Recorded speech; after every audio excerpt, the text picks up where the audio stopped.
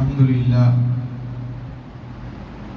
لله نحمده ونستعينه ونستغفره ونؤمن به ونتوكل عليه ونعوذ بالله من شرور أنفسنا ومن سيئات أعمالنا من يهده الله فلا مضل له ومن يضلله فلا هادي له ونشهد أن لا إله إلا الله وحده لا شريك له ونشهد أن سيدنا ونبينا ومولانا محمدا عبده ورسوله أما بعد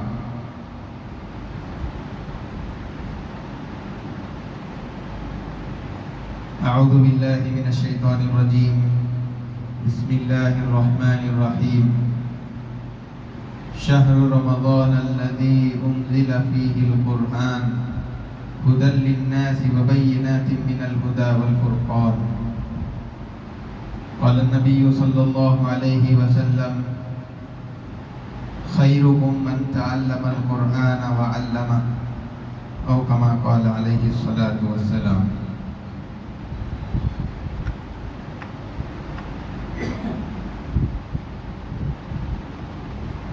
معزز سامعین اکرام،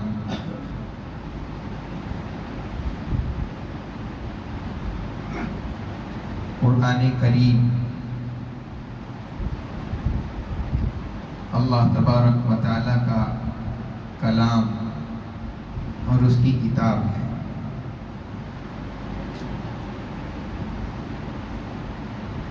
اللہ تبارک و تعالیٰ نے انسانوں اور جنات کی ہدایت کے لیے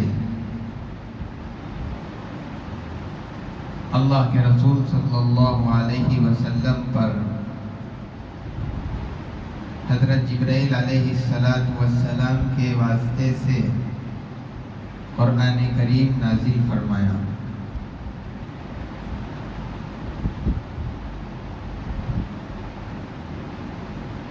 اور قرآن کریم وہ ایسا دستور ہے، ایسا طریقہ زندگی ہے جس میں قیامت تک آنے والے انسانوں اور جنات کے لیے کامیابی ہے۔ قرآن کریم کسی خاص زمانے کے لیے مخصوص نہیں ہے، بلکہ نبی رحمت صلی اللہ علیہ وسلم کے زمانے سے جب سے قرآن کریم نازل ہوا اس وقت سے لے کر قیامت کی صبح تک جتنے انسان اور جتنے جنات آئیں گے ہر ایک کے لیے قرآن کریم راہ ہدایت ہے اور راہ نجات ہے۔ قرآن کے معنی ہیں پڑھی جانے والی کتاب۔ اسی لیے ہم اور آپ دیکھتے ہیں، اور یہ حقیقت بھی ہے کہ پوری دنیا کے اندر اگر سب سے زیادہ پڑھی جانے والی کوئی کتاب ہے تو وہ قرآن کریم ہے۔ کتنے مسلمان ہیں جو عربی نہیں جانتے، عربی کا معنی اور مطلب بھی نہیں معلوم، لیکن پھر بھی وہ سب لوگ قرآن کریم پڑھ رہے ہیں، سمجھے ہوئے بھی پڑھ رہے ہیں، بغیر سمجھ کے بھی پڑھ رہے ہیں۔ آدمی کو قرآن کریم کی تلاوت کرنی چاہیے، قرآن کریم کے ساتھ خاص لگاؤ مسلمان کو ہونا چاہیے، بلکہ نبی رحمت صلی اللہ علیہ وسلم کی بعثت کا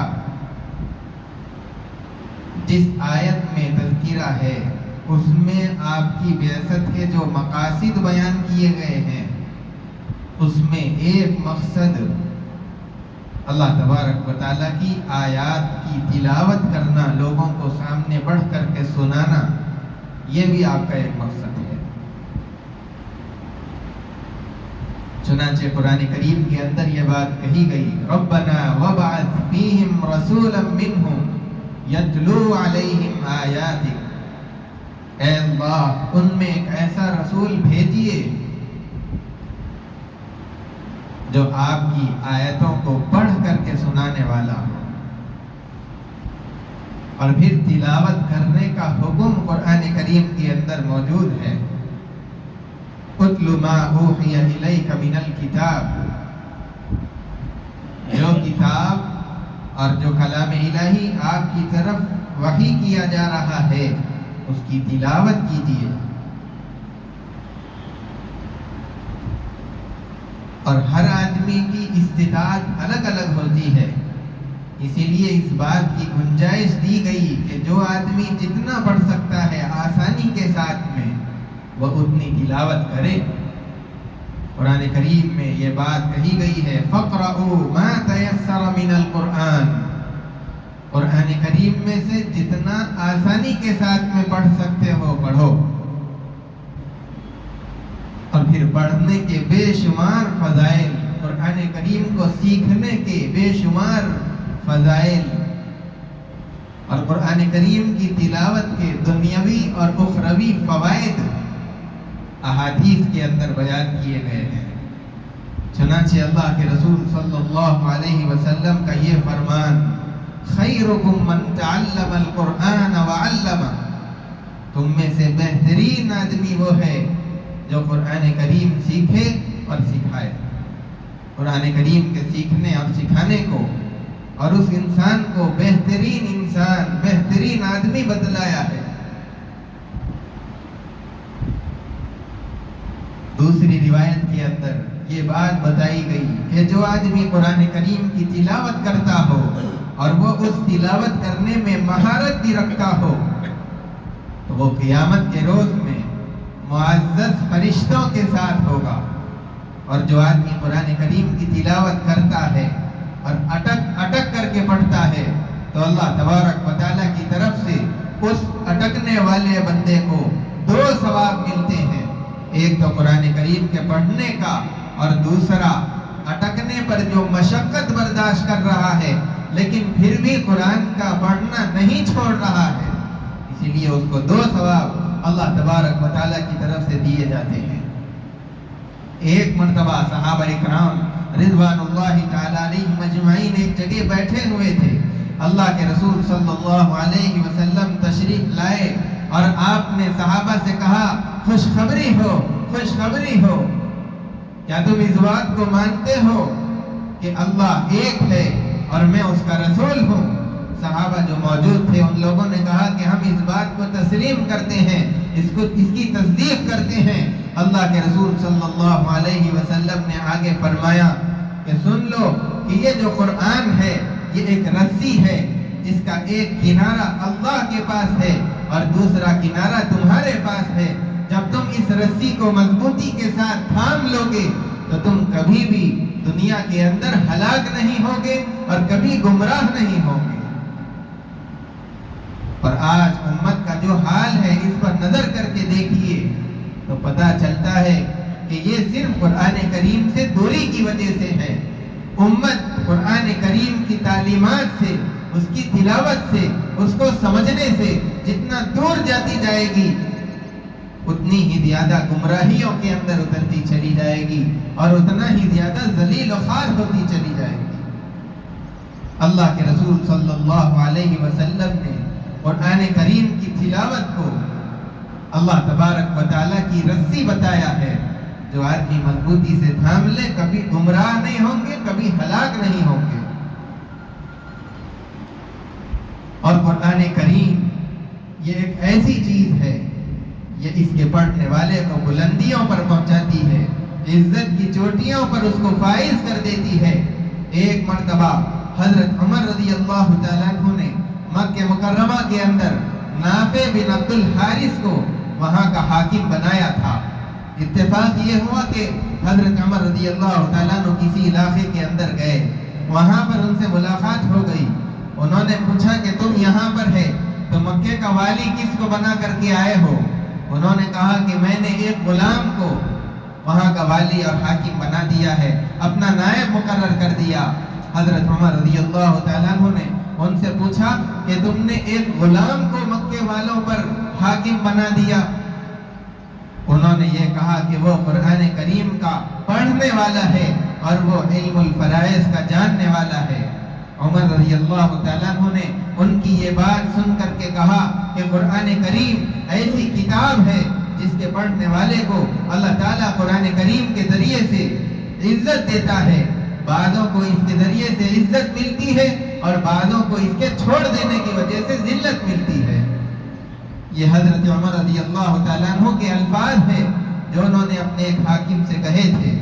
اور پھر قرآن کریم کی جب تلاوت کریں گے تو اس کو اچھی آواز سے مزین کرنا چاہیے، یہ نہیں کہ آپ کسی قاری کی پیروی کرنے لگ جائے، ان کی طرح پڑھنے کی کوشش کریں، یہ تو بہت اچھی بات ہے، لیکن اگر یہ نہیں ہو سکتا تو آپ کی جو آواز ہے، اسی آواز کے اندر آپ جس طریقے سے قرآن کریم کو مزین کر سکتے ہیں اس کو اچھی آواز میں، اچھے لہن میں پڑھنا چاہیے۔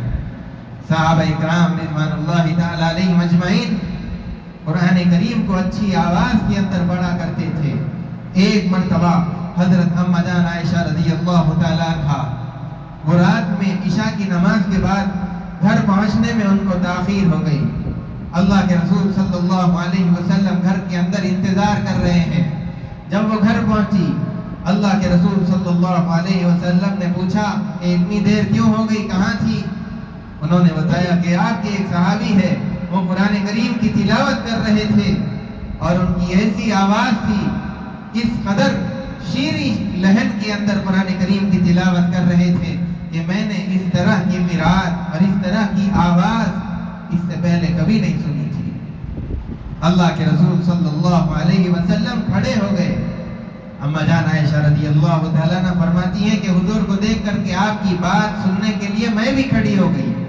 حضور پاک صلی اللہ علیہ وسلم نے فرمایا کہ وہ جس کی آواز تم سن کر کے آ رہے ہو وہ ابو حذیفہ کے آزاد کردہ غلام سالم ہے۔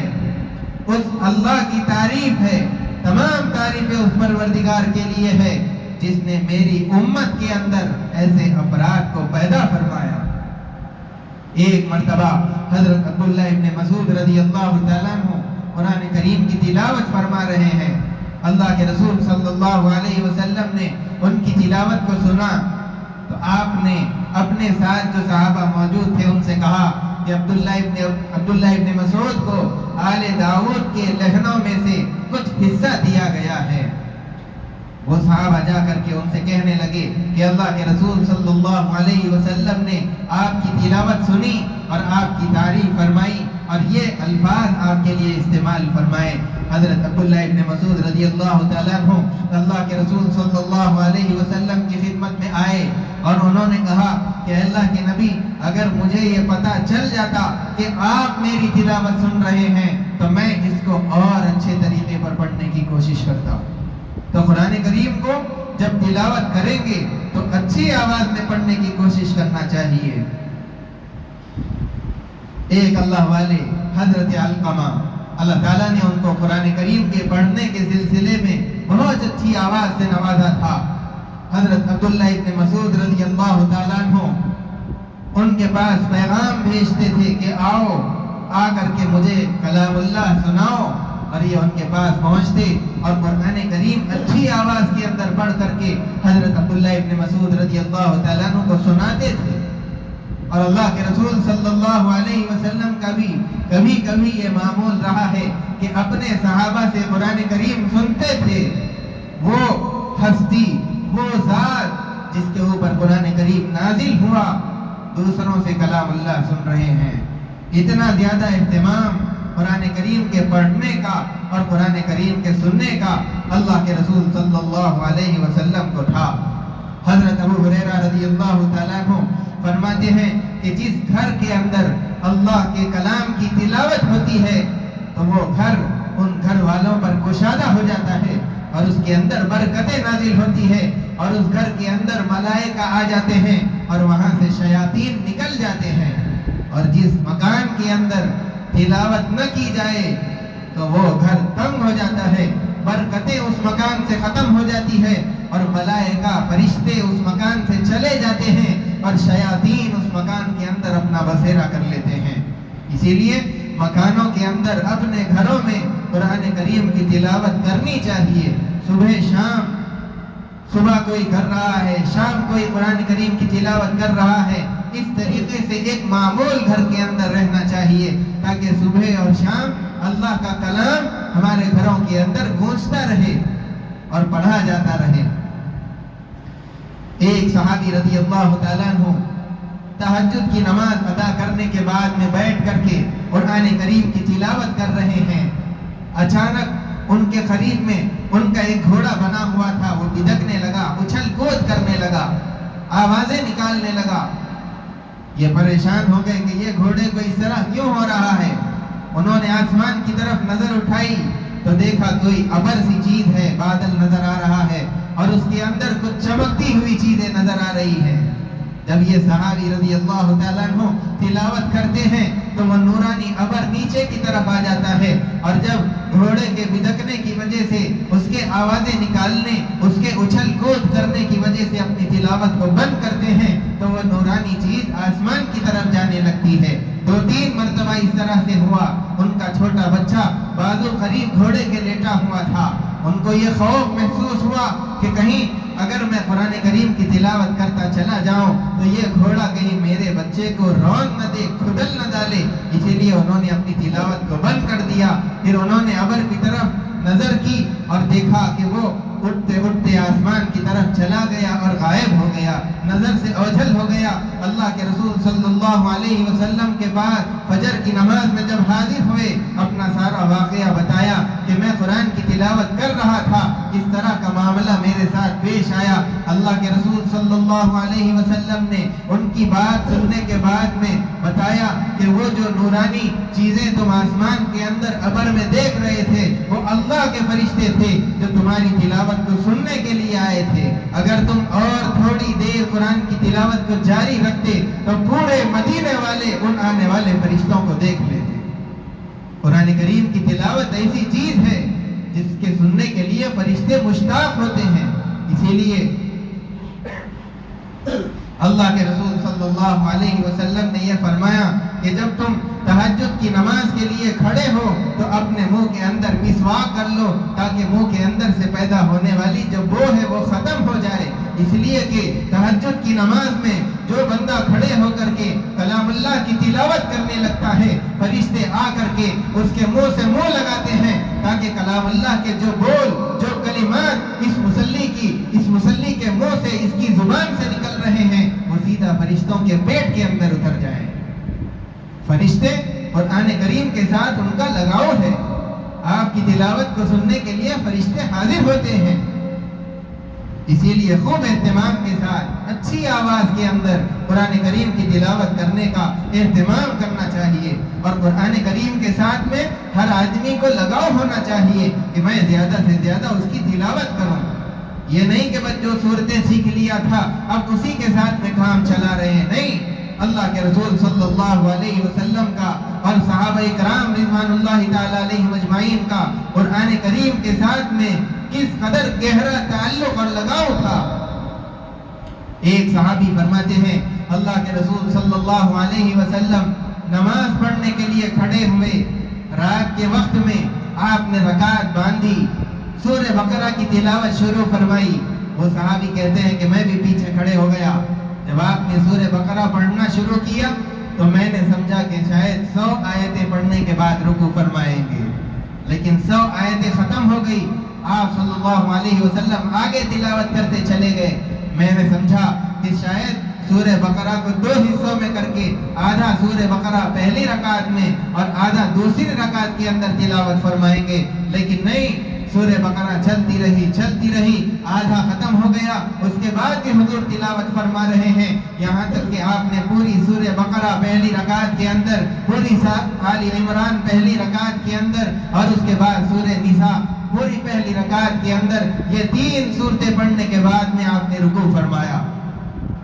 بتائیے قرآن کریم کی تلاوت کے ساتھ کیسا انہماک ہے، کیسا لگاؤ ہے۔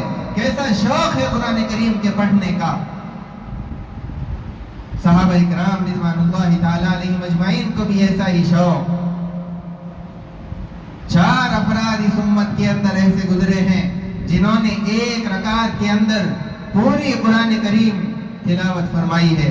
اس میں سے 2 صحابہ اکرام اور پھر 2 بعد والے تابعین کے اندر، ایک تو حضرت عثمان رضی اللہ تعالیٰ عنہ رکعت بن کر کے کھڑے ہوئے تو پہلی رکعت کے اندر پورا قرآن کریم پڑھ دیا ایک ہی رات میں، اور پھر دوسرے حضرت تمیم داری رضی اللہ تعالیٰ عنہ، اور تابعین کے اندر حضرت سعید بن جبیر رحمت اللہ علیہ اور امام اعظم ابو حنیفہ رحمت اللہ علیہ، یہ وہ حضرات ہیں اسی امت کے ہیں، انہوں نے ایک رکعت کے اندر پورا قرآن کریم مکمل کیا۔ اور پھر جنہوں نے دن کے اندر پورے دن میں ایک قرآن کریم مکمل کیا ہے، ایسے تو سینکڑوں حضرات اس امت کے اندر موجود ہے جو دن کے اندر ایک قرآن، رات کے اندر ایک قرآن پڑھنے کا ان کا معمول رہا ہے۔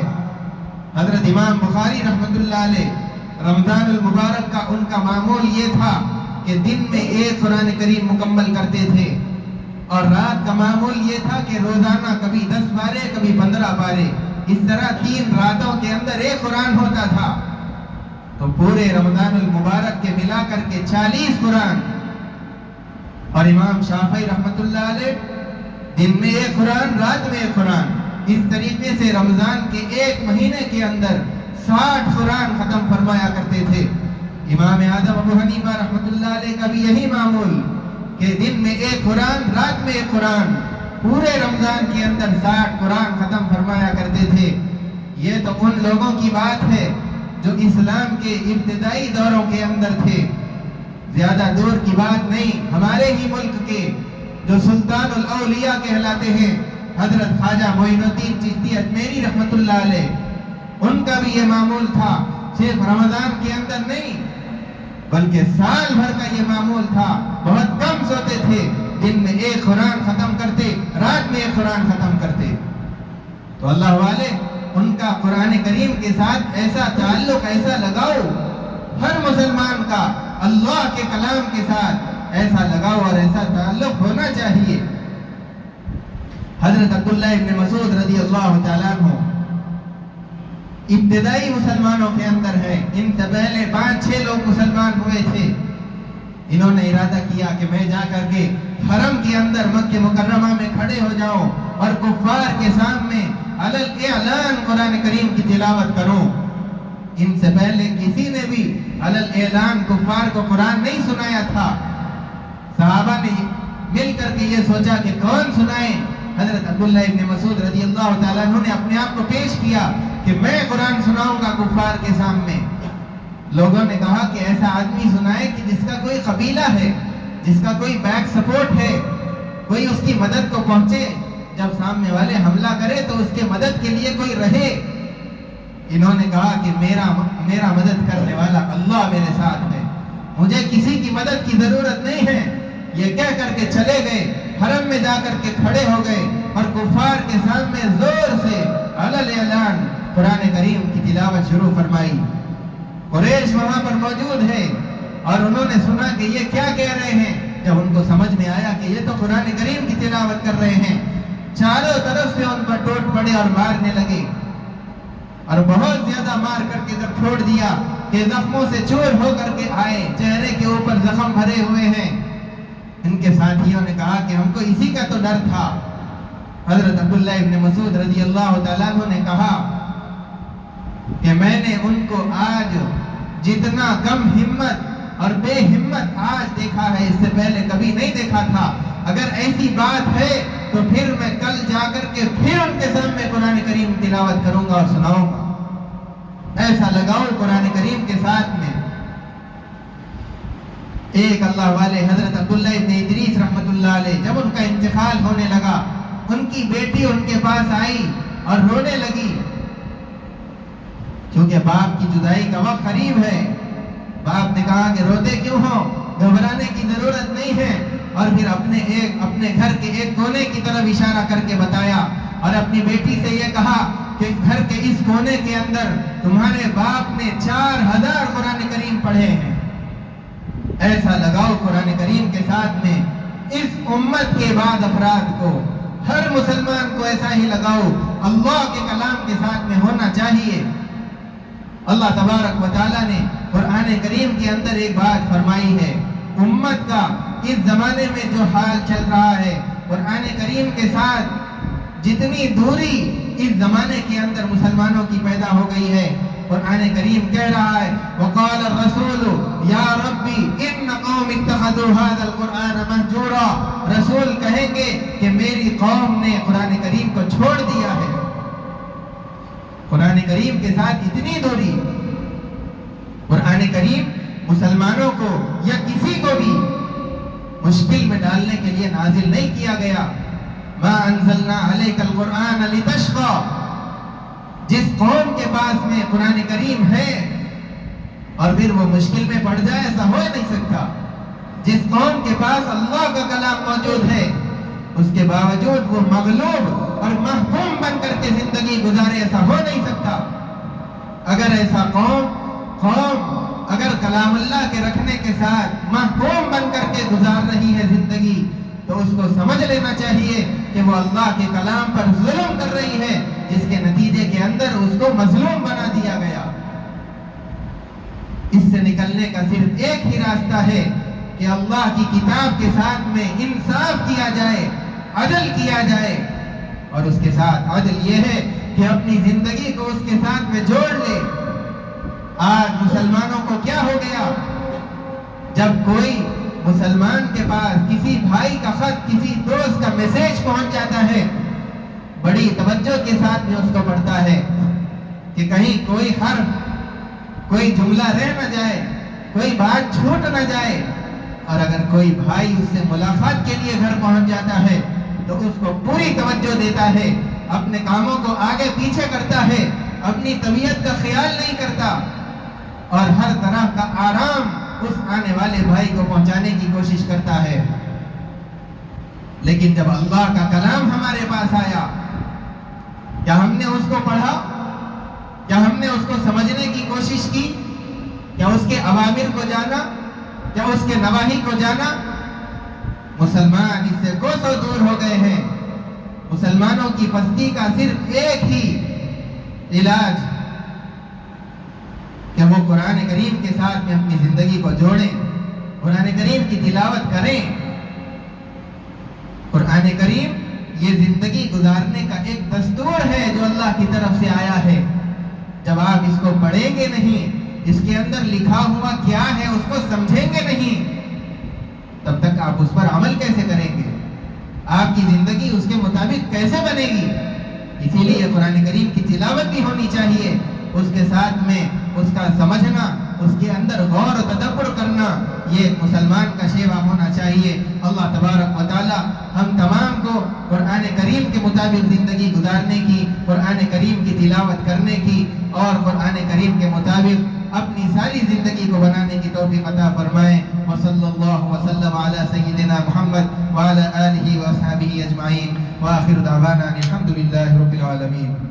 جو حضرات سنت نہیں پڑھے سنت پڑھ لی.